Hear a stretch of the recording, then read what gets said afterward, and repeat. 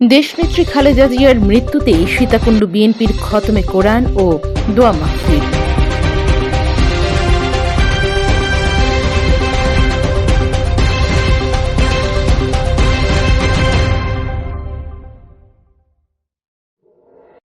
সাবেক তিনবারের সফল প্রধানমন্ত্রী, আপসহীন নেত্রী, বিএনপির চেয়ারপারসন বেগম খালেদা জিয়ার মৃত্যুতে চট্টগ্রামের সীতাকুণ্ড উপজেলা বিএনপির উদ্যোগে সপ্তাহব্যাপী কর্মসূচি খতমে কোরআন ও দোয়া মাহফিল অনুষ্ঠিত হয়েছে।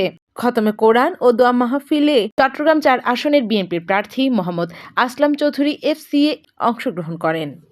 বিশেষ মোনাজাতে মরহুমা বেগম খালেদা জিয়ার বিদেহী আত্মার মাগফিরাত কামনা করে দেশবাসীর নিকট দোয়া কামনা করা হয়। মোনাজাতে দেশ জাতির শান্তি ও সমৃদ্ধি কামনা করা হয়। সেই সাথে মরহুমা বেগম জিয়ার পরিবার ও দেশবাসীকে এ শোক সইবার শক্তি দেওয়ার জন্য মহান রবের দরবারে দোয়া কামনা করা হয়।